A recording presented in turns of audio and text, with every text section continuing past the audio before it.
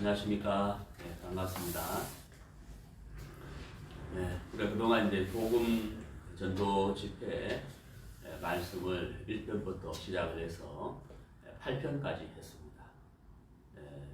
최근에 말씀드린 8편의 말씀은 회개에 관한 말씀이었죠.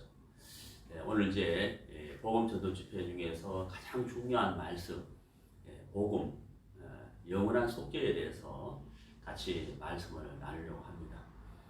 성경 말씀 읽고 말씀 나누도록 하겠습니다. 본문 말씀 시작하는 말씀 10편 130편입니다. 10편 130편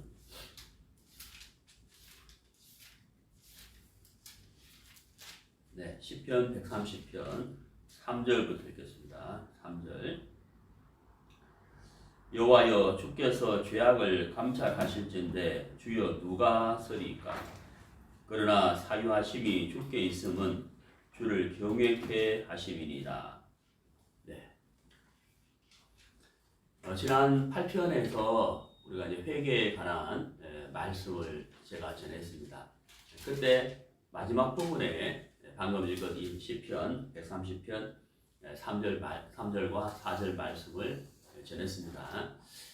이 3절을 보시면은 여호와의 주께서 죄악을 감찰하실진대 누가 서리까 이렇게 돼 있죠. 하나님께서 우리 인생을 보고 계시고 불꽃 같은 눈으로 우리 인생과 우리 인생의 행위와 마음을 이렇게 보고 계시다. 그러면 이제 우리 마음의 모든 죄악들, 남에게 말할 수 없는 숨겨진 그런 죄악들과 행위로 나타나는 그런 죄악들, 범죄들 하나님이 다 보고 계시다면 정말 누가 하나님 앞에 설 수 있겠느냐라는 표현이지 않습니까? 정말 우리가 사람과 사람끼리도 어떤 잘못을 했을 때 그 사람 앞에 서기가 민망하고 부끄러움을 느낍니다. 하물며 하나님이신 심판자이신 하나님 앞에 우리가 선다는 것은 정말 너무나도 부끄럽고 감히 고개도 들 수 없을 것입니다. 그런데 중요한 것은 바로 이제 4절이잖아요. 이 4절에서 그러나라는 표현이 있습니다. 그러나. 그러니까 우리 스스로는 하나님 앞에 설 수 없지만은 그러나라는 말씀을 통하여 우리 스스로는 설 수 없지만 길이 있다는 이야기죠. 설 수 있는 길이 있다 하는 말씀이잖아요. 그러나 사유하심이 주께 있으면 주를 경외케 하심이니라.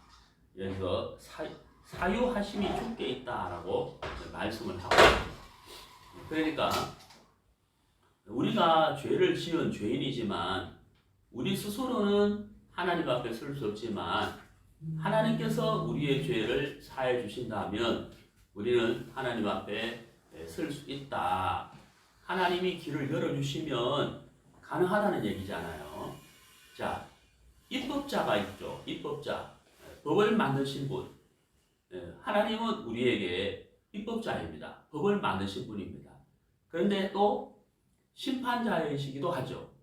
입법자이신 하나님께서 그 죄를, 우리 인간의 죄를 해결해 주신다면 우리는 능히 하나님 앞에 설 수 있다고 하는 것입니다. 그래서 오늘 우리의 죄가 어떻게 씻어질 수 있는지를 성경 말씀을 통하여 하나하나 살펴보고 우리 오늘 말씀을 통하여 꼭 여러분들의 죄가 영원한 속죄를 받는 그런 복된 날이 되기를 바랍니다. 먼저 우리가 이제 그동안 제가 설명을 했지만은 그 구원이란 단어를 다시 한번 설명해 드리도록 하겠습니다. 구원이라는 말은 우리가 누가복음 1장 77절 성경을 보고 말씀을 드리도록 하겠습니다. 누가복음 1장 77절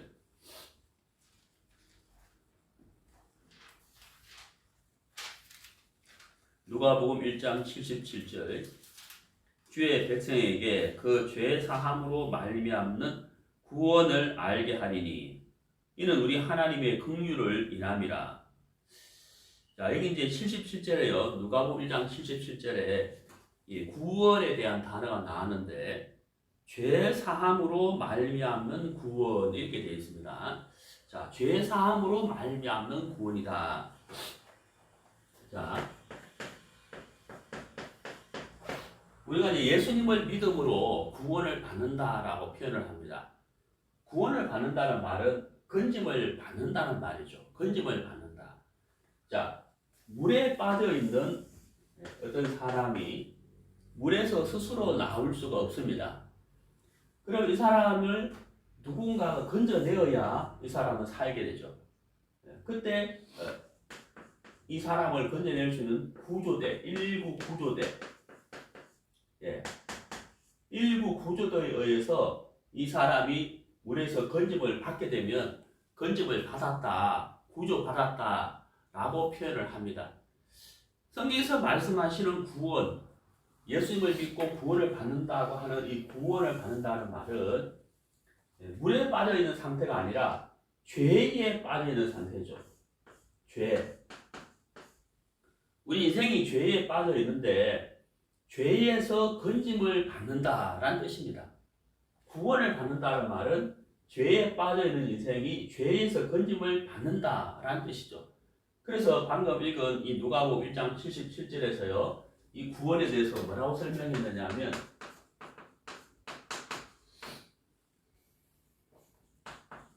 죄 사함으로 말미암은 구원이다 이렇게 돼 있죠. 그러니까 죄를 사함 받게 되면 그것이 바로 구원을 받은 것이다 하는 겁니다. 죄에서 건짐을 받았다, 죄의 사함을 받았다, 그게 바로 구원을 받았다라는 뜻입니다. 자, 그런데 여기서요, 죄의 사함의 범위입니다. 죄의 사함의 범위. 어떤 사람들이 이렇게 말합니다. 내가 예수를 믿을 때 원죄를 사함 받았다라고 말씀하시는 분들이 있는데요. 그것은 틀린 말입니다. 왜냐하면 성경에는 원죄라는 단어가 없고 또 한 가지는 예수님이 우리의 원죄를 사했다는 말씀 역시 성경에 없어요. 그러니까 죄 사함을 받았다 할 때 죄 사함의 범위가 있는데 원죄를 사함 받았다 이런 말 자체가 성경에 없다는 겁니다. 그 다음에 이제 과거죄를 사함 받았다 그렇게 말하는 분들도 있고 그렇게 믿고 있는 사람들도 사실 많습니다. 성경적일까요? 아닙니다. 성경에는 원죄를 사했다, 과거죄를 사했다, 예수님께서 우리의 원죄를 사했다, 과거죄를 사했다 이런 표현이 이런 말씀이 성경에는 없습니다. 그럼 성경에서 말씀하시는 죄 사함의 범위는 뭘까요? 성경에서 말씀하시는 죄 사함의 범위는 영원한 속죄입니다. 영원한 속죄. 영원한 속죄. 이게 성경에서 말씀하시는 죄 사함의 범위예요. 원죄도 아니고 과거죄도 아니고 영원한 속죄를 사함받는 것이 바로 죄 사함이다. 그러니까 영원한 속죄를 받는 죄 사함을 받는 것이 바로 구원을 받았다라고 하는 것입니다. 원죄를 사함받았다, 과거죄를 사함받았으니까 내가 구원받았다 하는 것은 틀린 것이다 하는 것을 분명히 제가 말씀을 드립니다. 자, 그 다음에 이제 또 한 가지 생각해 보면요. 어떤 사람은 이렇게 생각합니다. 그럼 죄를 어떻게 씻느냐? 어떤 사람은 이렇게 생각합니다. 내가 기도했으니까. 기도를 통해서 죄를 씻었다라고 생각하는 사람들이 있습니다. 틀린 말입니다. 기도를 통해서는 죄가 씻어지지 않습니다. 그래서 잘못 알고 있는 분들이 많은데요. 성경을 근거로 정말 성경에서는 어떻게 죄가 씻어지는지를 우리가 하나하나 살펴보고 정확한 근거를 가지고 우리가 죄의 사함을 받아야 된다 하는 겁니다. 내가 기도했으니까 죄가 씻어지겠다라고 하는 것은 틀린 말입니다. 그리고 이것은 불가능한 일입니다. 왜 불가능한 일이냐? 나라는 사람이 죄를 지었어요. 예를 A라는 죄를 지었다 합시다. 그럼 그 죄를 씻기 위해서 하나님께 기도합니다. 기도했으니까 하나님 용서해 주셨을 거라고 생각을 합니다. 그런데 그 사람이 짓는 죄가 한 가지 죄가 아니고 수억 많은 죄를 지을 거 아니에요. 그러면 그 사람이 그 죄를 다 기도하자는 거예요. 기도 못합니다. 그리고 또 한 가지 문제는 본인이 생각할 때 죄가 아니라고 생각하는 게 있을 거예요. 본인이 생각할 때 죄가 아니라고 생각하는 것이 있는데 하나님이 보실 때는 죄라는 것이 있을 거라는 거죠. 그럼 그 사람은 죄가 아니라고 생각했기 때문에 당연히 죄의 시선, 죄를 용서해달라는 기도를 안 했겠죠. 근데 하나님 보실 때는 죄예요. 그럼 어떻게 되죠? 예, 이것은 틀린 것이다 하나님입니다. 예, 그래서 영원한 속죄를 받는 것이 죄 사함의 범위고 기도를 함으로 죄가 씻어진다는 것은 틀린 것입니다. 그리고 또 한 가지는요. 우리가 8편에서 말씀을 드렸는데 회개에 대해서 제가 말씀드렸잖아요. 회개했으니 죄가 사해졌다. 그런 것도 틀린 겁니다. 무슨 말씀이냐면요. 회개 자체가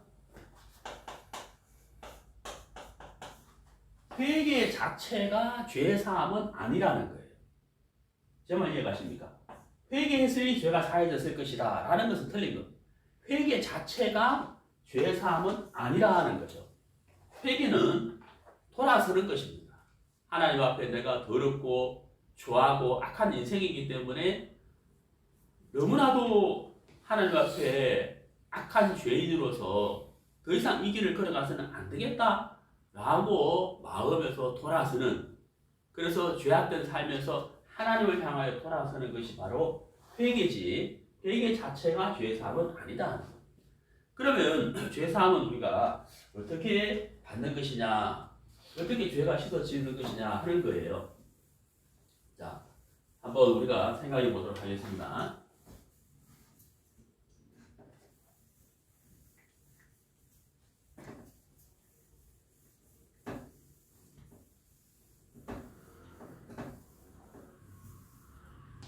네. 자, 하나님께서 우리의 죄를 이렇게 사해 주실 때는요, 하나님은 공의와 사랑의 하나님이십니다. 자, 하나님은 공의, 그 다음에 사랑, 공의의 하나님이시고 사랑의 하나님이시거든요. 자, 하나님은 우리의 죄를 사해 주시고 우리를 구원해 줄 때는 이 공의와 사랑으로 우리를 구원해 주시는 겁니다. 우리의 죄를 사해 주시는 겁니다. 반드시 이 두 가지입니다. 공의라는 것은 뭐냐면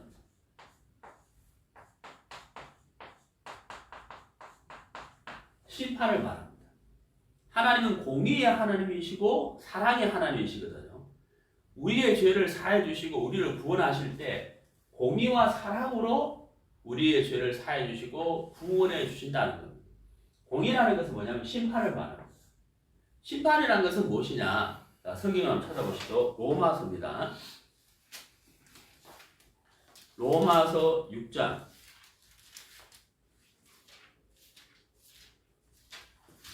로마서 6장 23절. 로마서 6장 23절. 죄의 싹은 사망이요 하나님의 은사는 그리스도 예수 우리 주 안에 있는 영생이니라. 자, 여기 이제 죄의 싹은 사망이다라고 되어 있죠. 죄의 싹은 사망이다.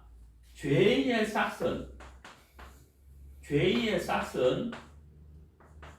사망이다라고 되어 있습니다. 싹이란 말은 값이란 뜻이잖아요. 죄를 지었으면 반드시 죄값으로 무엇을 지불해야 되느냐? 사망. 죄를 지었으면 반드시 죽어야 된다는 거예요. 이게 하나님의 공의예요. 심판이다 이 말이에요. 하나님이 정하신 공의의 법칙이에요. 죄를 지었다면 반드시 죽어야 됩니다. 죽음으로써 죄값을 지불하는 거예요. 죄값을 치르는 겁니다. 죄값을 치른다는 거예요. 반드시 죽어야만 죄값이 지불돼요. 치르게 된다는 거예요. 이게 하나님의 공의다 하는 것을 아셔야 됩니다. 그러니까 죄를 지었는데 기도하니까 죄가 씻어진다. 틀린 말이에요. 반드시 하나님의 공의와 사랑으로 죄를 씻어주시고 구원하시기 때문에 죄의 값은 사망이므로 죄를 씻기 위해서는 죄값을 치러야 되잖아요. 이게 바로 죽음이라는 거예요. 죽어야 된다. 죽지 아니하고서는 절대 죄가 씻어질 수가 없다 하는 겁니다. 자, 구약성경 에스겔서를 한번 보실까요?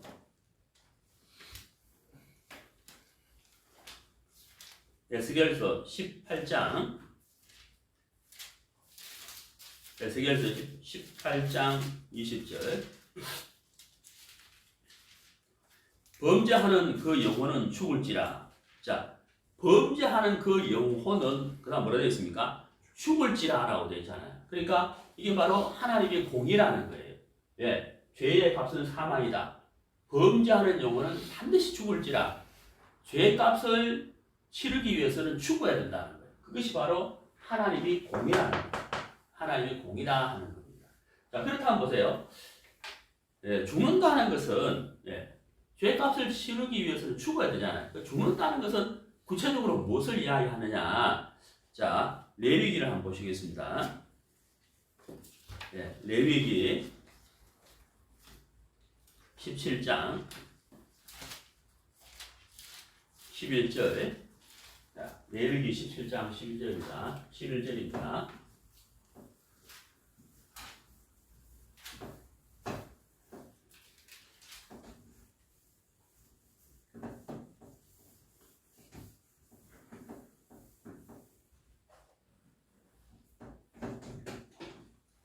레위기 17장 11절. 육체의 생명은 피에 있음이라. 내가 이 피를 너희에게 주어 단에 뿌려 너희의 생명을 위하여 속하게 하였나니 생명이 피에 있으므로 피가 죄를 속하느니라. 자, 이거 보십시오. 레위기 17장 11절 말씀 꼭 기억하십시오. 마지막 부분에 보면 피가 죄를 속하느니라 이렇게 되어 있죠. 자, 하나님의 공의는 심판인데 죄의 삭은 사망이다 그랬잖아요. 범죄한 영혼은 죽을지라 라고 되어 있잖아요. 그러니까 죄의 값을 치르기 위해서는 죄의 값을 치르기 위해서는 죽어야 된다. 예. 그래 죽음은 구체적으로 무엇을 이야기하느냐면 피 흘림을 이야기하는 겁니다.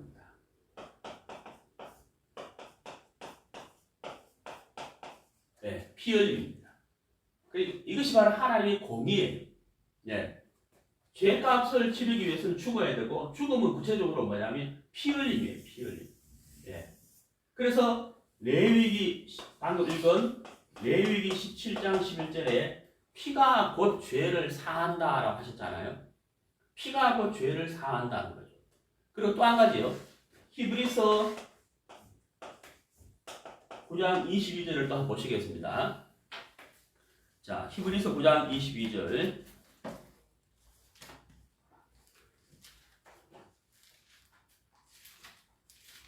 히브리서 9장 22절.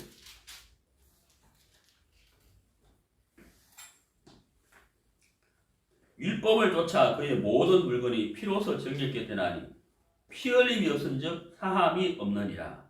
자, 피 흘림이 없은즉 사함이 없다라고 되어 있죠. 피 흘림이 없은즉 사함이 없다. 그러니까 죄가 씻어지려면 반드시 뭐가 흘려져야 된다는 얘기입니까? 피가 흘려져야 된다는 이야기입니다. 피가 흘려져야 된다. 피 흘림이 없은즉 사함이 없다. 죄를 사함 받기 위해서는 죄값을 치러야 되는데 그게 바로 죽음이고 죽는다는 것을 구체적으로 표현한다면 바로 피 흘림입니다. 그래서 레위기 17장 11절과 히브리서 9장 22절에 보면 피가 흘려져야만 죄가 사해진다 라고 말씀하고 있는 겁니다. 피가 흘려져야 된다 하는 것입니다. 자, 피 없이는 죄 사함이 없다. 죄를 씻어주는 것은 바로 피 흘림이다 하는 것을 여러분들에게 말씀을 드립니다. 자, 두 가지 기억하셨죠? 죄의 값은 사망, 범죄한 그 영혼은 반드시 죽을지라. 그리고 피가 곧 죄를 사하느니라. 피 흘림이 없은즉 사함이 없느니라. 이 두 가지 기억하셨죠? 자, 다시 한번요. 하나님은 공의와 사랑으로 죄를 사해 주시고 우리를 구원하신다. 하나님의 공의는 심판인데, 자, 첫 번째, 죄의 삭은 사망이다. 죄의 값을 치르기 위해서는 반드시 죽음이 지불돼야 된다. 두 번째, 그 죄를 씻어주는 것은 구체적으로 뭐냐? 피다. 피 흘림이 없은즉 사함이 없고 피가 곧 죄를 사한다 하는 이 말씀을 꼭 기억하시고요. 이제 성경에서 이 두 가지를 가지고 성경에서 하나하나 예를 찾아보도록 하겠습니다. 자, 우리가 이제 창세기 4장을 보시도록 하죠. 창세기 4장 1절부터 보겠습니다. 아담과 그 안에 아담이 그 안에 하와와 동침하매 하와가 잉태하여 가인을 낳고 이르되 내가 여호와로 말미암아 등남하였다 하니라. 그가 또 가인의 아우 아벨을 낳았는데 아벨은 양치는 자이었고 가인은 농사하는 자이었더라. 세월이 지난 후에 가인은 땅의 소산으로 제물을 삼아 여호와께 드렸고 아벨은 자기도 양의 첫새끼와 그 기름으로 드렸더니 여호와께서 아벨과 그 제물은 연락하셨으나 가인과 그 제물은 연락하지 아니하신지라. 가인이 심히 분하여 안색이 변하니 여호와께서 가인에게 이르시되 내가 분하여 함을 어찌미며 안색이 변함은 어찌미뇨. 자, 6절까지 읽었습니다. 방금 제가 말씀드린 하나님의 공의와 사랑에 관한 말씀을 가지고 구체적으로 정말 죄가 어떻게 사해졌는지를 성경에서 그 예를 찾아보도록 하겠습니다. 먼저 제가 창세기 4장 가인과 아벨의 제사를 말씀을 읽었는데요. 자, 가인과 아벨의 제사. 아담과 하와가 가인과 아벨을 낳고 가인과 아벨이 어느 날 장성한 이후에 어느 날 하나님께 제사를 드리게 되었습니다. 자, 가인은 농사를 짓는 사람이고 아벨은 양을 치는 사람이었는데 가인은 하나님께 땅의 소산으로 하나님께 제사를 드렸습니다. 아벨은 양의 첫새끼와 그 기름으로 하나님께 제사를 드렸다고 되어 있죠. 그런데 이 성경에 보면요, 하나님이 가인과 가인의 제물을 받지 않고 아벨과 아벨의 제물을 받으셨다라고 되어 있습니다. 자, 왜 하나님이 가인과 가인의 제물을 받지 않고 아벨과 아벨의 제물을 받으셨는가 한번 생각해 보도록 하겠습니다. 자, 제가 이제 이 말씀을 가지고 복음을 전할 때 사람들에게 질문을 드려요. 자, 왜 하나님이 가인과 가인의 제물을 받지 않았다고 생각하십니까? 라고 질문을 드리면 이렇게 말씀하시는 분들이 의외로 사실 많습니다. 아마도 정성이 없었겠지요. 열심이 없었겠지요. 아니면 좋은 것은 놔두고 나쁜 것은 드렸겠지요. 라고 대답하는 사람들이 있습니다. 사실 그렇지가 않습니다. 분명한 이유가 있는데요. 자, 여기에 대한 대답을 여러분 아시려면 방금 제가 설명해 드린 말씀드린 이 부분을 여러분이 마음에 딱 갖고 생각해 보시면 답이 나오게 되어 있습니다. 자, 하나님과 우리 사이에는 죄의 담이 가로막혀 있습니다. 이사야 59장 1절에 보면은 여호와의 손이 짧아 우리를 구원치 못하심이 아니다라고 되어 있습니다.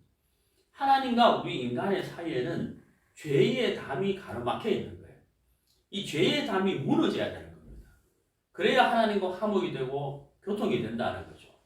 자, 죄의 담이 무너져야 되는데 가인도 죄인이고 아벨도 죄인인 거예요. 둘 다 죄인인데 하나님이 가인의 제물을 또 가인을 받지 않았다는 것은 가인의 죄가 해결되지 않았다는 것을 의미하는 것이고 하나님이 아벨과 아벨의 제물을 받으셨다는 것은 아벨의 죄가 해결됐다는 이야기예요. 그럼 어떻게 해서 아벨은 죄가 해결되고 가인은 죄가 해결되지 않았느냐 하는 것이죠. 자, 히브리서를 한번 보시겠습니다. 히브리서 11장입니다. 11장.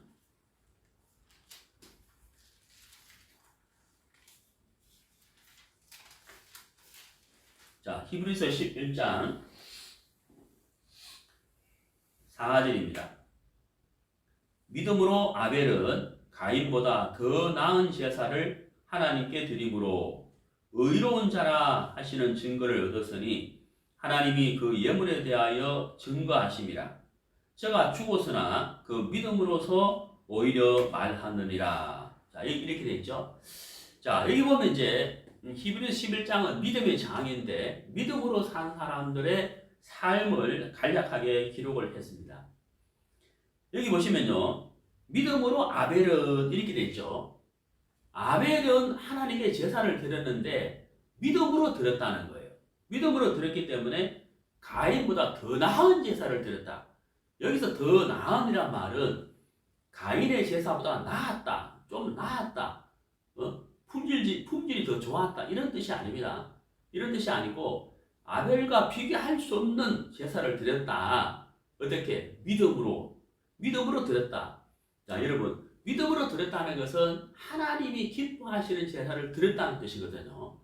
그리고 그 다음에 보시면 믿음으로 하나님의 제사를 드림으로 의로운 자라 하시는 증거를 얻었다고 되어 있죠. 자, 믿음으로 제사를 드렸고 그 결과 의롭다는 증거를 얻었다고 되어 있잖아요. 그러면 하나님은 어떻게 해서 그렇게 아벨의 제사를 받으시고 아벨을 의롭다고 하시느냐. 그 다음 보십시오. 하나님이 그 예물에 대하여 증거하심이라 이렇게 됐잖아요.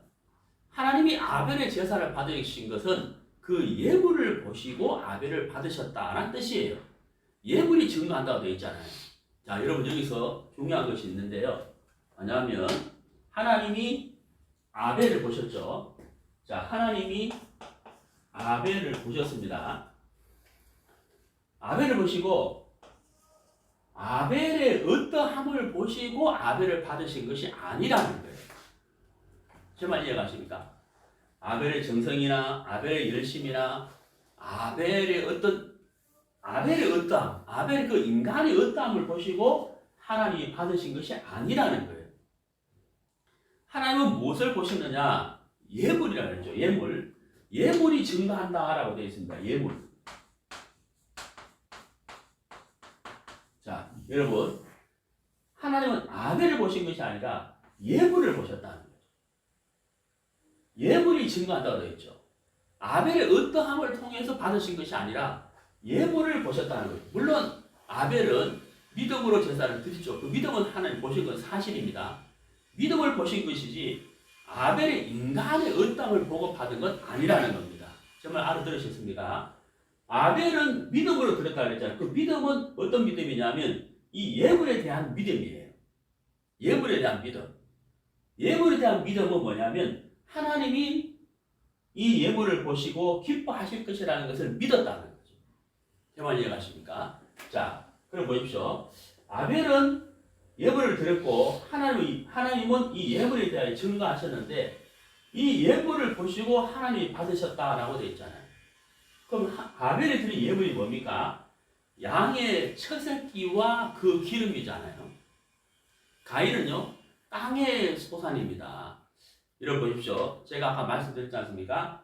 하나님은 공의와 사랑으로 우리의 죄를 사하시고 구원하신다라고 하셨죠. 말씀드렸죠. 공의라는 것은 뭐라고 했습니까? 죄의 삭은 사망이다. 죄의 값을 치르기 위해서는 반드시 죽어야 된다는 거죠. 범죄한 그 영혼은 죽을지라고 되어 있잖아요. 죽음은 구체적으로 뭘 말하느냐? 피 흘림을 말하는 겁니다. 그래서 레위기 17장 11절, 히브리서 9장 22절, 피가 곧 죄를 사하느니라, 피 흘림이 없은즉 사함이 없느니라 라고 하셨다는 거예요. 그러니까 하나님이 아벨의 제사를 받으신 이유가 뭐냐면 양의 첫 새끼가 죽었잖아요. 양의 첫 새끼가 죽었습니다. 양의 첫 새끼가 죽었다는 말은 아벨의 죄값을 지불할 죄값을 대신해서 양의 첫 새끼가 죽었다는 것을 말하는 겁니다. 죄값은 죽음이라고 그랬잖아요. 반드시 죽어야 된다고 그랬죠. 아벨의 죄값을 대신해서 양의 첫 새끼가 죽은 거예요. 예. 그리고 이 양의 첫 새끼가 죽으면서 피를 흘렸지 않습니까? 양의 첫 새끼의 죽음과 양의 첫 새끼가 죽으면서 피를 흘렸는데 이 피가 아벨의 죄를 사해줬다, 씻어줬다라는 이야기예요. 이해가십니까? 자, 정리를 하면 하나님의 공의라는 것은 죄를 지었으면 반드시 죽어야 되는데 죽음은 구체적으로 피 흘림을 말하고 레위기 17장 11절과 히브리서 9장 21절의 말씀에 의하면 피가 곧 죄를 사하느니라, 피 흘림이 없은즉 사함이 없다라고 되어 있잖아요. 그래서 하나님이 아벨의 제사를 받으신 이유는, 아벨의 제물을 받으신 이유는 여기 양의 첫 새끼가 죽었다는 것은 아벨의 죄값을 대신해서 양의 첫 새끼가 죽었다라는 것을 말씀하시는 것이고, 그리고 양의 첫 새끼가 죽으면서 피를 흘렸잖아요. 이 피 흘림으로 아벨의 죄가 사해졌다는 것을 말하는 거예요. 그래서 하나님은 아벨의 제사를 받으시는 거예요. 그럼 가인의 제사는 왜 안 받으셨느냐? 가인의 제물은 땅의 소산이잖아요. 농산물이죠. 가인의 열심과 정성은 있었지만 뭐가 없습니까? 죄의 삭신 죽음과 그가 뭐예요? 피 흘림이 없었기 때문에 하나님은 가인의 제사를 받을 수가 없었다고 하는 겁니다. 자, 여러분 정말 이해 가십니까? 자, 하나님은 우리의 죄를 어떻게 사해 주시느냐? 공의와 사랑이다. 이것을 염두에 두시면 이 말씀이 풀어진다는 거예요. 자, 여러분 출애굽기 12장을 보시죠.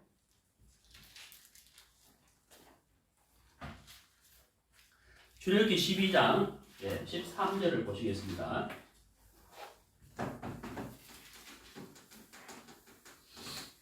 출애굽기 12장 13절입니다.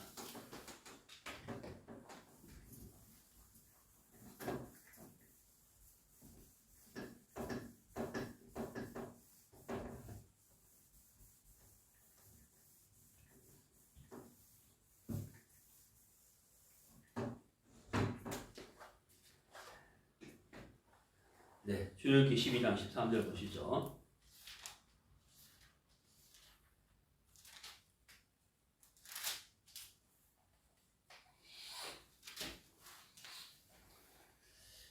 네, 내가 애굽 땅을 칠 때에 그 피가 너희의 거하는 집에 있어서 너희를 위하여 표적이 될지라.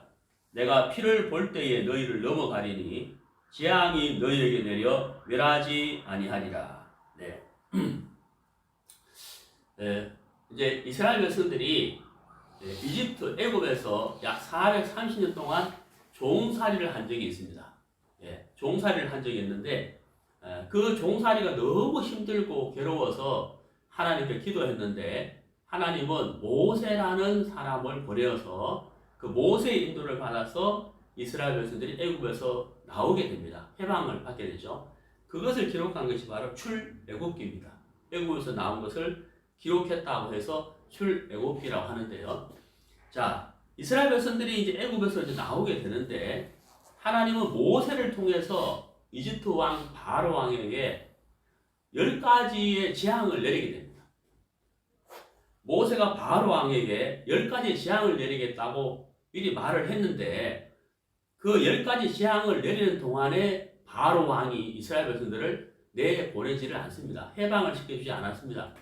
그래서 10번째 재앙을 내리게 됐는데 그 10번째 재앙을 통해서 이스라엘 백성들이 애굽에서 나오게 되죠.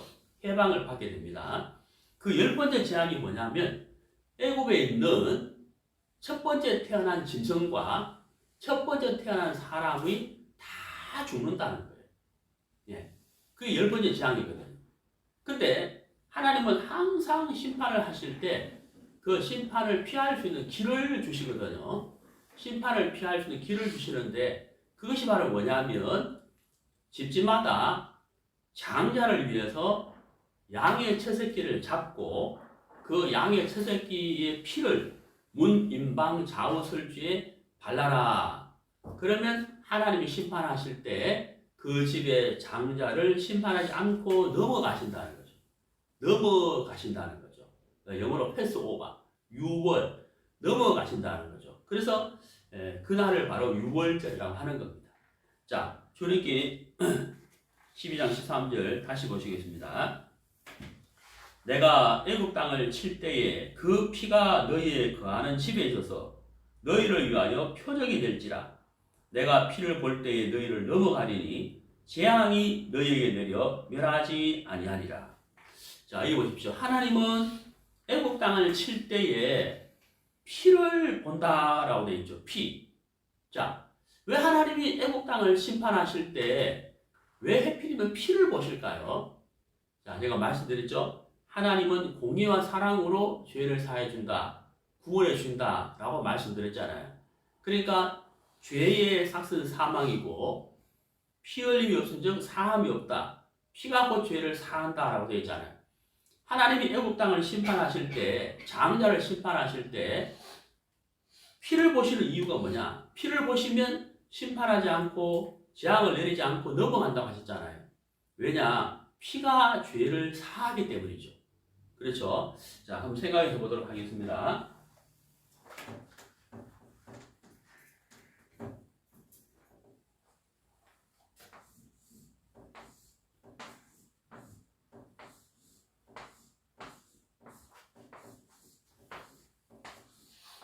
자, 여기 이제 1번 집이 있고 2번 집이 있고 자, 3번 집이 있습니다.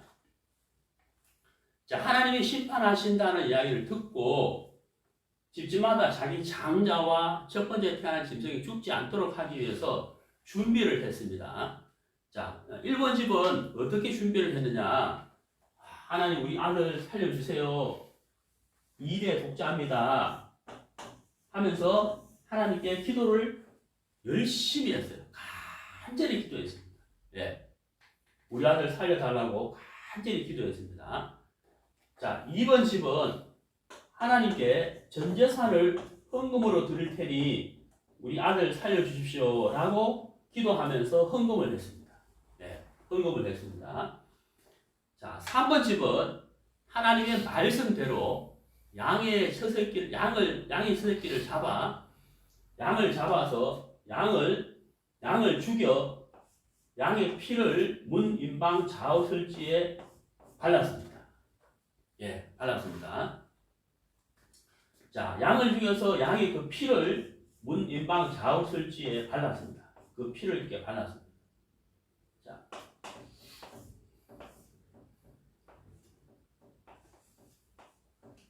자, 피를 이렇게 발랐습니다. 자, 하나님이 심판하실 때 어느 집 장자가 하나님의 심판을 재앙을 피할 수가 있겠습니까? 여러분, 하나님은 출애굽기 12장 13절에 내가 피를 볼 때에 너희를 넘어가리니 라고 되어 있습니다. 재앙이 너에게 내려 멸하지 아니하리라 라고 말씀하셨습니다. 하나님은 무엇을 보신다고 하셨습니까? 피를 보신다라고 말씀하셨습니다. 곧 약속하셨습니다. 왜 하나님이 피를 보실까요? 하나님은 공의의 하나님이시고 사랑의 하나님이라고 그러죠. 죄의 값은 사망이다. 사망이 지불돼야 된다 그랬잖아요. 죄를 지었으면 사망이 지불돼야 된다. 그 다음에 뭐예요? 피 흘림이잖아요. 그럼 여기 보세요. 이 3번 집은 장자의 죄를 위해서 장자를 위하여 양이 죽었다는 거예요. 양이 죽었다는 거죠. 자, 양이 죽었다는 거예요. 사망이 지불됐다는 거예요. 사망. 죄값이 지불됐다는 거예요. 그리고 양의 피를 발랐잖아요. 피가 흘려졌다는 거예요. 피 흘림이 없은즉 사함이 없다 그랬잖아요. 피가 흘려졌다는 겁니다. 그래서 하나님이 이 3번 집에서 왔을 때, 3번 집에 오셨을 때 이 피를 보시고 피가 흘려진 것을 보시고 양의 죽음과 피 흘림을 통하여 장자의 죄가 씻어진 것을 보시고 하나님은 재앙을 내리지 않고 넘어가시는 거예요. 그게 바로 유월절입니다. 자, 여러분, 이날 성경에 보면 이날 애굽 땅에 큰 고통이 있었다. 애곡하는 소리가 있었다라고 말씀하고 있습니다. 왜 그럴까요? 여러분, 이날 하나님의 말씀대로 양을 죽이고 양의 피를 문 임방 좌우설지에 바른 것이 아니라 많은 애국 사람들이 이렇게 하지 않았다는 거죠. 그래서 재앙을 만난 겁니다. 자, 기도한 지 죽었을까요? 살았을까요? 예, 죽었습니다. 헌금한 이 집 죽었을까요? 살았을까요? 죽었습니다. 왜 죽었을까요? 피가 갈려지지 않았기 때문에. 하나님의 그 공의대로 하지 않았기 때문에 장자들은 죽었다 말하는 것입니다. 자, 가인과 아벨의 제사와 유월절 제사를 통하여 우리가 알 수가 있죠. 우리의 죄가 사해지기 위해서는 바로 죄의 값인 죽음이 지불돼야 되고 반드시 피가 흘려져야 된다 하는 것을 우리가 알 수가 있습니다. 자, 우리 성경을 찾아보도록 하겠습니다. 구약 성경 스가랴입니다. 스가랴.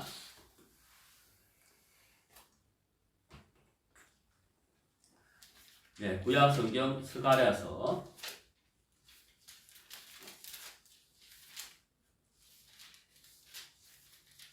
3장 9절입니다. 구약성경 1315페이지 1315페이지 스가랴서 3장 9절 만군의 여호와가 말하노라 보라 말하노라 내가 너 여호수 앞에 세운 돌을 보라 한 돌에 7 눈이 있느니라 내가 새길 것을 새기며 이 땅의 죄악을 하루에 지하리라. 자, 여기 보시면 이 땅의 죄악을 하루에 지하리라 라고 되어 있습니다. 이 땅의 죄악을 하루에 지하리라. 하루, 매일매일 이런 뜻이 아니라 특정한 하루, 그 하루에 이 땅의 죄악을 사하겠다라는 말씀이에요. 매일매일이 아닙니다. 딱 단 하루에 이 땅의 죄악을 제거하겠다, 사하겠다라는 말씀인데 여러분 여기서 말씀하시는 이 하루가 어떤 날일까요? 네, 바로 십자가입니다. 예수님이 십자가에서 못 박혀 돌아가시는 그날을 말씀하고 있습니다. 예수님이 십자가에 못 박혀 돌아가신 그날에 예수님은 이 땅의 죄악을 제거하신 겁니다. 제하신 겁니다. 자, 이 부분에 대해서 우리가 하나하나 찾아보도록 하겠습니다. 자, 요한복음 1장을 한번 보시죠. 자, 요한복음 1장입니다. 29절. 요한복음 1장 29절. 이튿날 요한이 예수께서 자기에게 나아오심을 보고 가로되 보라 세상 죄를 지고 가는 하나님의 어린 양이로다 라고 되어 있습니다. 자, 여러분 세례 요한은 예수님보다 6개월 전에 태어나셨죠. 그리고 회개에 대해서 말씀을 전했습니다. 자, 어느 날 요한과 예수님이 만났습니다. 자, 요단강에서 만났는데 요한이 예수님을 가르치면서 뭐라고 했습니까? 보라라고 했습니다. 보라는 거죠. 누구를 보라는 겁니까? 예, 예수님을 보라는 거예요. 자기를 보고 세상을 보고 있던 사람들에게 누구를 보아야 할 것인지에 대해서 요한은 말씀하셨습니다. 보라 하고 예수님을 가르쳤습니다. 자, 그 다음에 뭐라고 했습니까? 세상 죄를 지고 이렇게 되어 있습니다. 자, 무슨 죄를 지고요? 세상 죄를 지고 이렇게 되어 있습니다. 자, 보라! 예수님을 가르치면서 보라! 하고 말씀하시면서 세상 죄를 지고 가는 이렇게 되어 있죠. 그 다음 뭐라고 되어 있습니까? 하나님의 어린 양이로다 라고 했습니다. 자, 뭐라고요? 양이라고 했습니다. 양. 자, 세례 요한이 예수님을 양이로다 하면서 양에다가 비유를 했잖아요. 여러분 왜 그럴까요? 많은 짐승이 있는데 왜 세례 요한이 예수님을 양이로다 하고 양에다가 비유를 했을까요? 여러분 우리가 가인과 아벨의 제사와 유월절의 제사를 통하여 여러분 생각해 보시면 왜 양이라고 표현을 했는지 여러분 떠오르지 않습니까? 아벨의 제사를 보면 하나님께 아벨이 제사를 드릴 때 양의 첫 새끼와 피 흘림으로 제사를 드렸죠. 그리고 유월절 제사를 보면 장자의 죄를 위하여 양이 죽고 양이 피를 흘림으로 인해서 장자의 죄가 씻어졌다고 하는 것입니다. 자, 하나님의 공의죠. 여러분 이스라엘 백성들은 아벨의 제사와 그리고 유월절 제사를 통해서 양이 죽음으로 양이 피 흘림으로 죄가 씻어졌다 하는 사실을 너무나도 잘 알고 있습니다. 그리고 제가 내일 다음 시편에서 말씀드리겠지만은 구약시대 때 레위기 4장에 보면 구약시대 때 이스라엘 백성들이 죄를 씻기 위해서 하나님께 속죄 제사를 드렸습니다. 광야에서. 그때도 양이 죽었습니다. 물론 염소도 소도 송아지도 비둘기도 있습니다만은 양이 죽었거든요. 그래서 이스라엘 백성들은 죄를 사함받기 위해서 양이 죽고 피 흘린다 하는 것을 잘 알고 있습니다. 그래서 세례 요한이 보라! 세상 죄를 지고 가는 하나님 어린 양이로다 하고 양에다가 예수님을 비유를 한 겁니다. 여러분 이 요한복음 1장 29절을 잘 보시죠. 예수님은 양은 양인데 구약시대 때 유월절의 양은 장자 한 사람의 죄를 위하여 양이 죽었잖아요. 창세기 4장에서는 양의 첫 새끼는 아벨의 죄를 위해서 죽었잖아요. 그리고 피 흘렸잖아요. 예수님은 양은 양인데 어떤 죄를 짊어졌느냐는 거예요. 양은 양인데 어떤 죄를 짊어졌느냐? 한 사람의 죄를 위해 한 사람의 죄를 짊어졌느냐? 이스라엘 백성들의 죄를 짊어졌느냐? 원죄를 짊어졌느냐? 과거죄를 짊어졌느냐? 물론 성경에는 원죄, 과거죄란 말이 없습니다. 예수님은 어떤 죄를 짊어졌느냐? 죄를 짊어진 범위가 뭐냐? 여기 뭐라고 되어 있습니까? 세상 죄라고 되어 있습니다. 세상 죄를 짊어지신 하나님의 어린 양이다 라고 세례 요한이 말씀을 하신 겁니다. 자, 여러분 이사야서를 보시겠습니다. 이사야서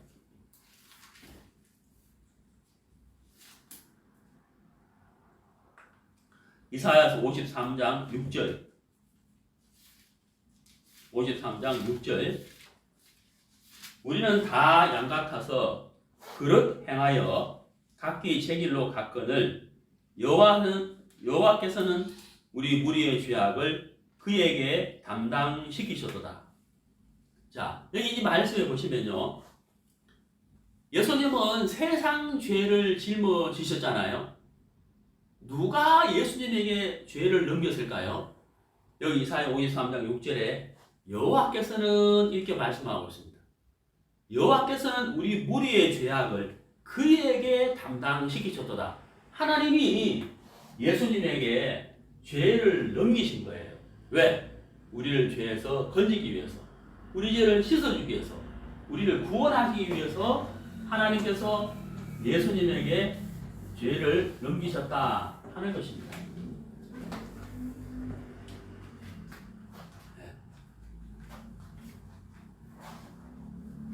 자, 여러분 이해가십니까? 하나님께서 예수님에게 세상 죄를 넘기셨다고 하는 것입니다. 자, 요한복음 1장 29절 보라 세상 죄를 지고 가는 하나님의 어린 양이로다 라고 되어 있죠. 여러분 여기서 이 세상 죄를 한번 생각해 보도록 하겠습니다. 자, 여러분 세상 죄라고 하는 것은 뭐냐면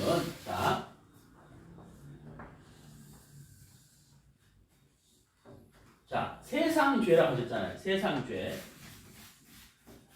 자, 세상 죄라는 것은 뭐냐면 아담, 이 세상의 시작, 하나님이 맨 처음에 창조하신 아담부터 이 세상이 끝날 때까지가 세상의 범위예요. 자, 칠판을 좀 치우겠습니다.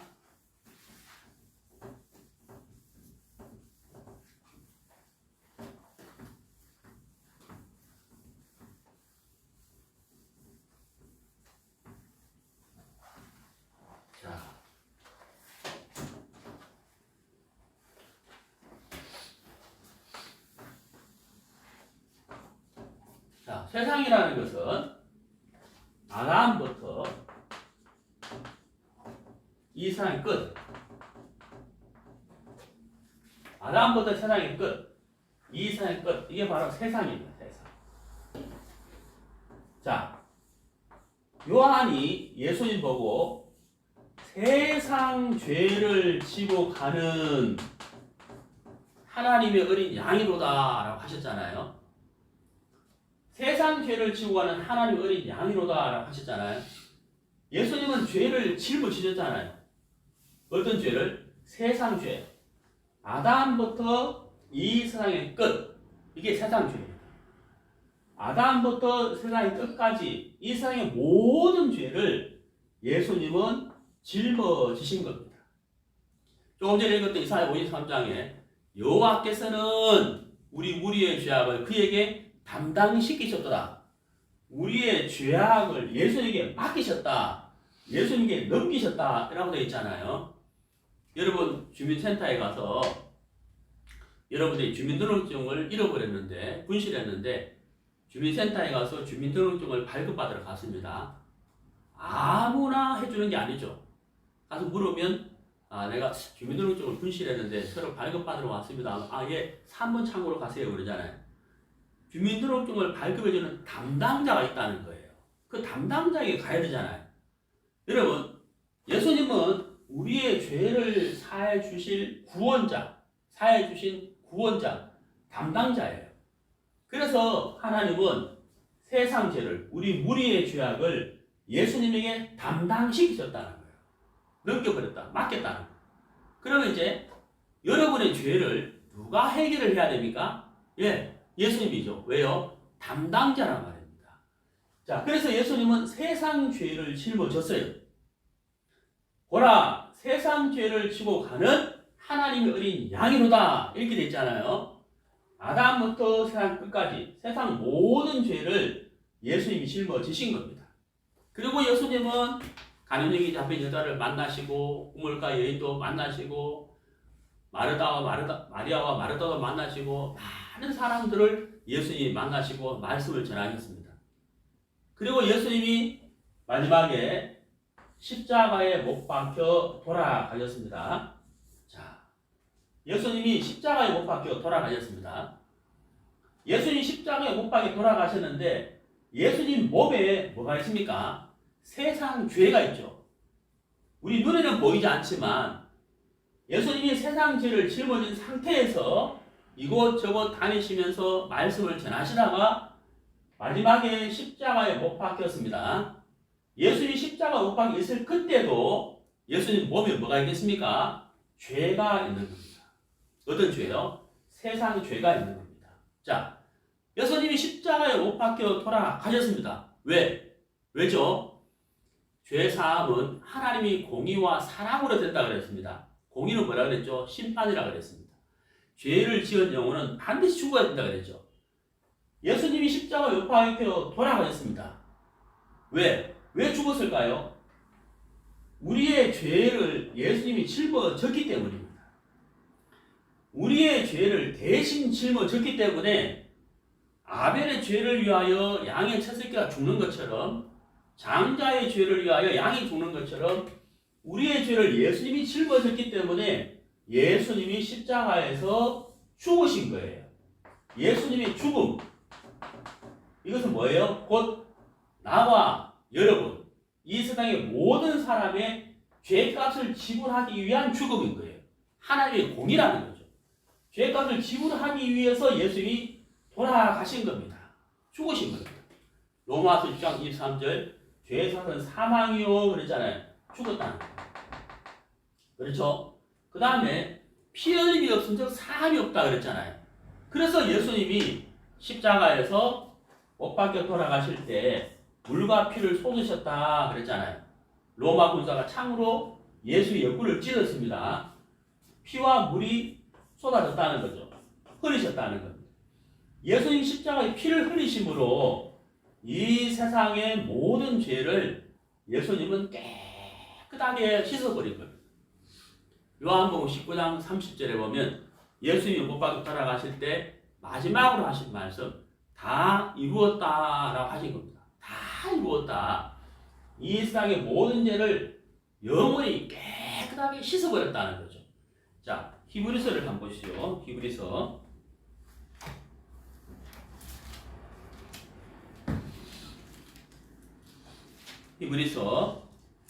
9장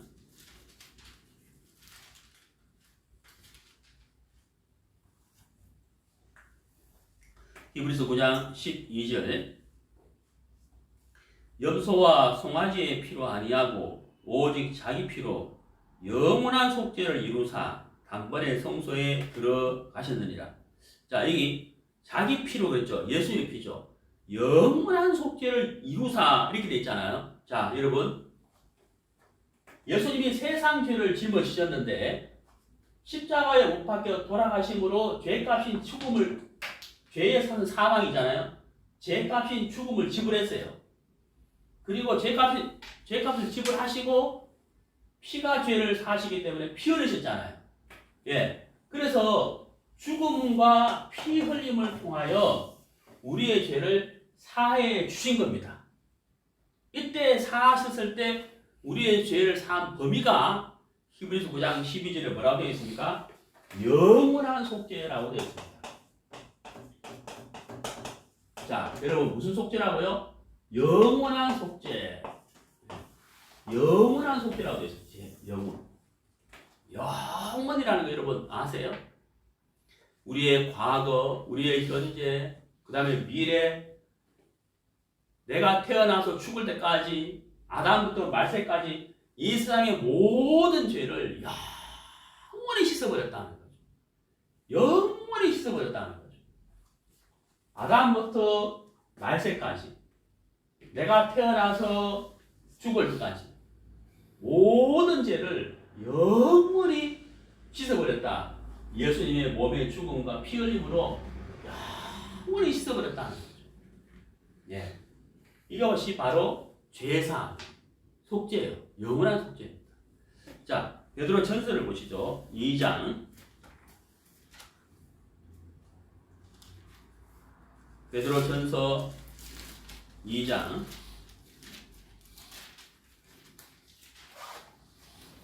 24절입니다. 네, 베드로 전서 2장 24절을 한번 찾아보시죠.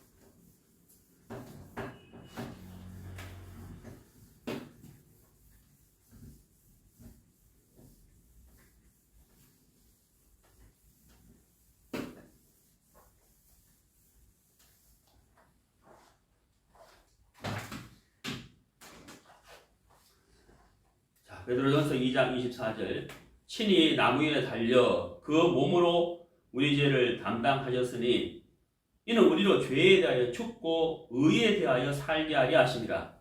제가 채찍에 맞음으로 너희는 나음을 입었나니. 자, 여기 2장 24절에 친히 나무 위에 달려, 여기서 나무는 십자가를 말하죠. 십자가에 달려 그 몸으로 우리 죄를 담당하셨다고 되어 있죠. 자, 이사야 53장에서 여호와께서는 우리 무리의 죄악을 그에게 담당시키셨도다 라고 하셨고, 요한복음 1장 29절에서는 세상 죄를 지고 가는 하나님 어린 양이라다 하셨고, 베드로전서 2장 24절에는 그 몸으로 우리 죄를 담당 이렇게 하셨다고 되어 있잖아요. 그러니까 예수님이 십자가에 못 박혀 돌아가셨는데, 예수님의 몸에 예수님은 친히 우리 죄를, 세상 죄를 담당하신 것이죠. 그리고 예수님 십자가 하신 그 피로 우리의 죄를 영원히 씻어버린 겁니다. 영원히 씻어버렸다는 거죠. 영원한 속죄. 과거, 현재, 미래, 이 세상 끝까지, 시작부터 끝까지 다 씻어버렸다는 겁니다. 자, 이것이 세상입니다. 자, 하나님이 보실 때의 세상, 아담부터 말세까지죠. 그러면 나의 세상이 있을 거 아니에요? 나의 세상. 자, 여러분 예를 들어 봅시다. 저를 예를 들어 볼게요. 제가 62년생입니다. 그럼 나의 세상은 62년부터 오늘까지죠. 예, 오늘.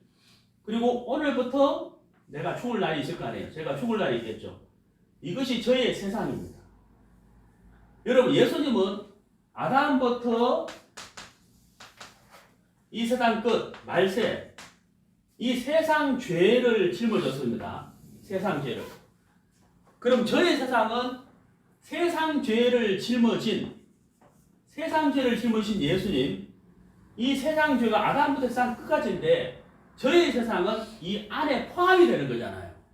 이해가시죠? 저는 62년부터 여기까지니까 저의 세상은 세상 죄 안에 포함된다 이 말이에요. 세상 죄를 짊어지셨다 하는 것은 여러분의 모든 죄를 짊어지셨다는 것이고, 여러분의 모든 죄는 예수님의 죽음으로서 죄값이 지불됐고, 그 흘리신 피로 말미암아 여러분의 모든 죄가 깨끗하게 영원히 씻어졌다라는 것을 성경은 말씀하고 있는 겁니다.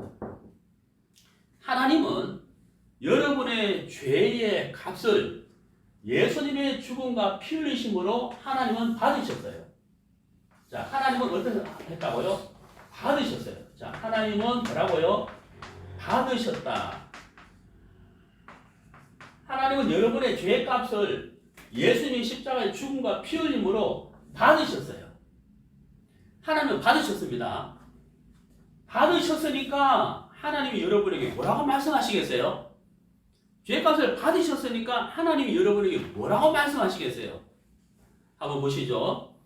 자, 성경을 찾아보시겠습니다. 히브리서입니다. 히브리서 10장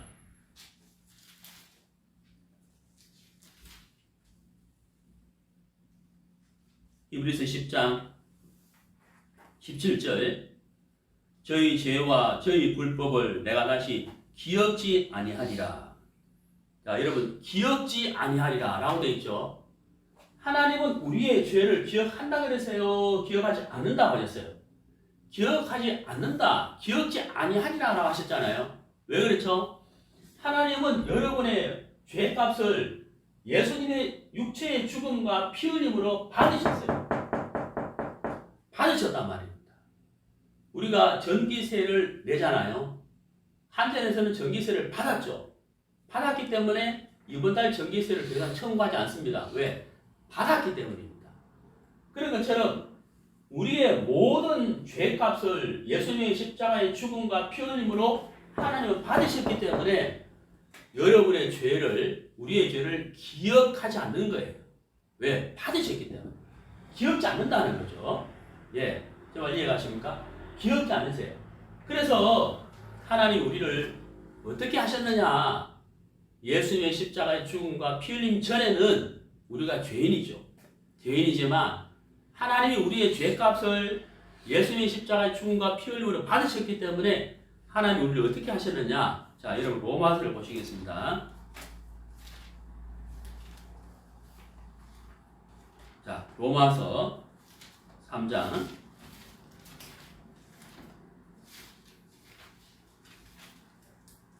로마서 3장 24절 그리스도 예수 안에 있는 구속으로 말미암아 하나님의 은혜로 값없이 의롭다 하심을 얻은 자 되었느니라. 자, 예수님은, 하나님은 우리의 죄를 위하여 우리의 죄를 대신해서 예수의 몸, 예수의 육체가 죽고 피 흘림으로 우리의 죄값을 받으셨습니다. 받으셨습니다. 하나님의 공이 지불됐다는 거예요. 하나님 받으셨어요. 그렇기 때문에 하나님은 우리의 죄를 기억지 않습니다. 영원한 속죄를 이루사 단번에 성소에 들어가셨느니라. 우리 죄가 영원히 사해졌기 때문에 하나님은 우리의 죄를 기억지 않으세요. 그리고 하나님은 우리를 뭐라고 하셨느냐 하면 의롭다라고 하셨다는 겁니다.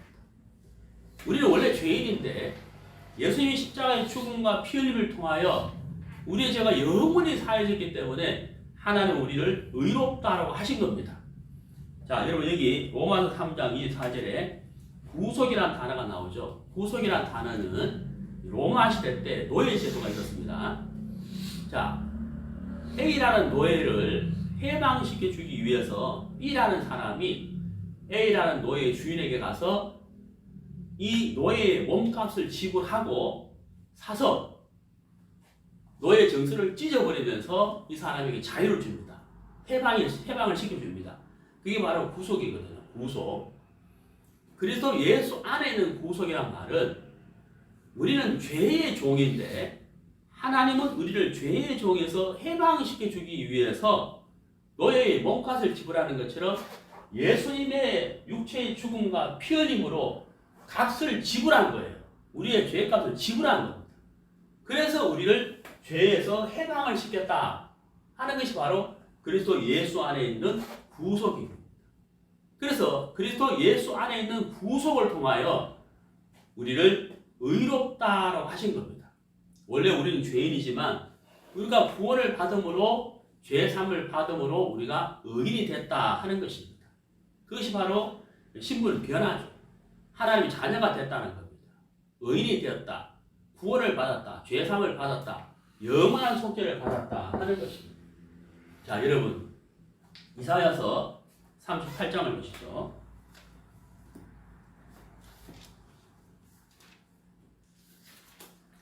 이사야서 38장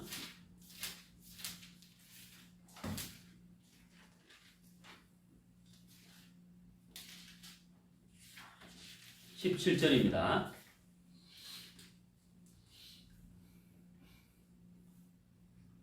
보옵소서, 내게 큰 고통을 더하신 것은 내게 평안을 주려 하심이라. 주께서 나의 영혼을 사랑하사 멸망의 구덩이에서 건지셨고 나의 모든 죄는 주의 등 뒤에 던지셨나이다. 자, 나의 모든 죄는 이렇게 되어 있죠. 나의 모든 죄는 주의 등 뒤에 던지셨다라고 되어 있습니다. 여러분, 이것은 하나님이 우리의 죄를 영원히 사했다는 것을 쉽게 이해시키기 위해서 표현한 거예요. 우리 보십시오. 여러분, 이것이 여러분의 모든 죄를 해봐요. 여러분이 태어나서 죽을 때까지 지을 죄, 지은 죄, 지을 죄. 여러분의 모든 죄를 해봅시다. 나의 모든 죄, 여러분의 모든 죄는 하나님의 등 뒤에 던지셨다라고 되어 있잖아요. 자, 제 등 뒤에 던졌습니다. 이 성경책을 제 등 뒤에 던지니까, 가져가니까 여러분, 저를 볼 때 성경책이 보여요, 안 보여요? 안 보이잖아요? 저도 성경책이 보이지 않습니다. 이게 무슨 의미입니까? 우리의 모든 죄를 하나님의 등 뒤에 던졌다는 것은 하나님의 눈에도 여러분의 죄가 보이지 않고 여러분도 하나님을 보셨을 때 여러분의 죄가 보이지 않는다는 표현입니다. 그게 무슨 말이에요? 나의 모든 죄는 십자가에서 영원히 사해졌기 때문에 하나님 눈에 보이지도 않고 기억지도 않는다고 하는 것. 하나님은 우리의 죄를 기억지 않는다라고 분명히 말씀을 하신 겁니다.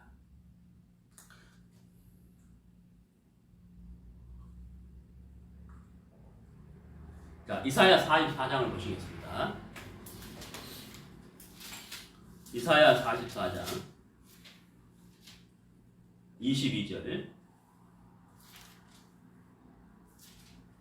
내가 내 허물을 빽빽한 구름에 사라진 같이 내 죄를 안개에 사라진 같이 도말하였으니 너는 내게로 돌아오라. 내가 너를 구속하였음이니라. 자, 여러분이 도말이라는 단어가 나오죠. 도말. 여러분 보십시오. 여기 칠판을 보시죠. 자, 제가 이 동그라미를 그리고 이렇게 빨갛게 칠을 했습니다. 네. 근데 여러분, 제가 종이로 요걸 이렇게 가리면 보여야 안 보여요? 안 보이죠? 이게 바로 도말이에요. 가리웠다, 덮었다 이런 뜻입니다. 여러분, 성경에서는 뭐라고 말씀하시느냐면 내가 내 허물을 빽빽한 구름에 사라진 같이 내 죄를 안개에 사라진 같이 하늘에 구름이 있다가 싹 사라지고 아침에 구름이 있다가 안개가 있다가 싹 사라지는 것처럼 내 죄를 도말하였으니 이렇게 되어 있죠. 도말하였으니 가리웠으니 사하였으니 이 말이잖아요. 이게 우리의 죄라고 해봐요. 저는 종기로 이것을 가렸지만 이게 우리의 죄인데 예수의 피로 이것을 가리웠다, 덮었다 이 말입니다. 예수의 피로 우리의 죄를 가리웠다, 우리의 허물을 가리웠다, 덮었다 이 말입니다. 보이지 않는다 이 말입니다. 그리고 여러분 또 한 가지는 돌아오면 죄를 씻어주겠다가 아니죠. 돌아오면 내가 너의 죄를 도말해주겠다가 아니죠. 여러분 잘 보십시오. 여기 뭐라고 되어 있습니까? 도말하였으니 돌아오라는 거잖아요. 예수님이 십자가에서 죄를 사하셨습니다. 언제요? 지금부터 2000년 전이에요. 우리가 하나님께 돌아가면 죄를 사해 주는 것이 아니고 죄를 사해 놓으셨어요. 이미 언제? 2000년 전입니다. 2000년 전에 이미 하나님은 예수님의 십자가 죽음과 피 흘림을 통하여 죄값을 받으셨어요. 이미 사해 놓으신 겁니다. 사해 놓으시고 하나님은 뭐라 하시는 겁니까? 돌아오라는 거예요. 내가 내 죄를 사했으니 도말하였으니 돌아오라. 구원을 받는다는 것은 무엇입니까? 이미 2000년 전에 나를 대신해서 나의 모든 죄를 대신해서 예수님 십자가에 못 박혀 돌아가심으로 내 죄값을 지불하셨구나. 그 피 흘림으로 내 죄가 영원히 씻어졌구나 하는 사실을 믿는 것입니다. 믿어서 죄가 사해지는 것이 아니라 죄를 사해 놓으신 것을 믿는 것입니다. 정말 이해가십니까? 믿어서 죄가 사해지는 것이 아니라 죄를 사해 놓으신 이 사실을 내가 믿는 거예요. 바로 그것이 구원을 받는 것이다. 죄사함을 받는 것이다. 거듭나는 것이다. 라는 것을 제가 여러분들에게 말씀드립니다. 여러분, 죄에 대해서는 반드시 심판이 있지만 그 죄를 나를 대신해서 예수님 십자가 옥박에 돌아가시고 피 흘리셨기 때문에 나의 모든 죄, 여러분의 모든 죄, 이 세상의 모든 죄가 영원히 사해졌기 때문에 심판이 없어진 거예요. 뭐가 없어졌다고요? 심판이 없어진 거예요. 예, 심판이 없는 거예요. 심판이 나에게 없네. 주의 피는 내 죄 가리네. 예수님 날 위해 돌아가셨으니 심판이 나에게 없네. 예수님 날 위해 돌아가셨으니 심판이 나에게 없네. 주의 피는 내 죄 가리네. 여러분, 참 어려운 찬송이잖아요. 이 찬송과 가사처럼 실제 예수님이 십자가 역박에 돌아가신 그때 여러분 세상 모든 죄는 영원히 씻어져 버린 거예요. 씻어버린 거예요. 그래서 하나님 죄값을 받으셨기 때문에 우리의 죄를 기억지 않는 것입니다. 여러분의 죄는 2000년 전에 십자가에서 도말된 거예요. 영원히 씻어져 버린 것입니다. 이 사실을 믿음으로 받아들일 때 내 죄가 사해진 것을 알고 믿음으로 구원을 받는 것입니다. 자, 오늘 9편에서 제가 영원한 속죄에 대해서 이제 말씀을 드렸는데 좀 더 자세히 이제 말씀을 드리고 싶은데 시간이 다 됐습니다. 제가 10편에서 이 부분을 좀 더 자세히 말씀드리고 또 11편에서도 좀 더 자세히 말씀을 드려서 모든 사람들이 이 말씀을 통하여 구원받게 되기를 바랍니다. 여러분, 요한복음 1장 29절 말씀을 잘 보십시오. 뭐라? 세상 죄를 지용하는 하나님의 어린 양이로다. 히브리서 9장 12절을 잘 읽어보십시오. 영원한 속죄를 이루사 단번에 성소에 들어가셨느니라. 히브리서 10장 17절을 잘 읽어보십시오. 하나님 우리의 죄를 기억지 않는다라고 하셨습니다. 여러분의 생각으로 죄를 판단하지 말고 성경을 통해서 성경을 기준으로 내 죄가 어떻게 되었는지를 확인해 보시기를 바랍니다. 10편에서 좀 더 자세히 말씀을 드리겠습니다. 오늘 말씀을 통하여 잘 깨닫지 못하고 잘 이해가 안 가는 분들은 10편 말씀을 들으시면 좀 더 쉽게 이해가 가서 확신할 줄로 믿습니다. 예, 감사합니다.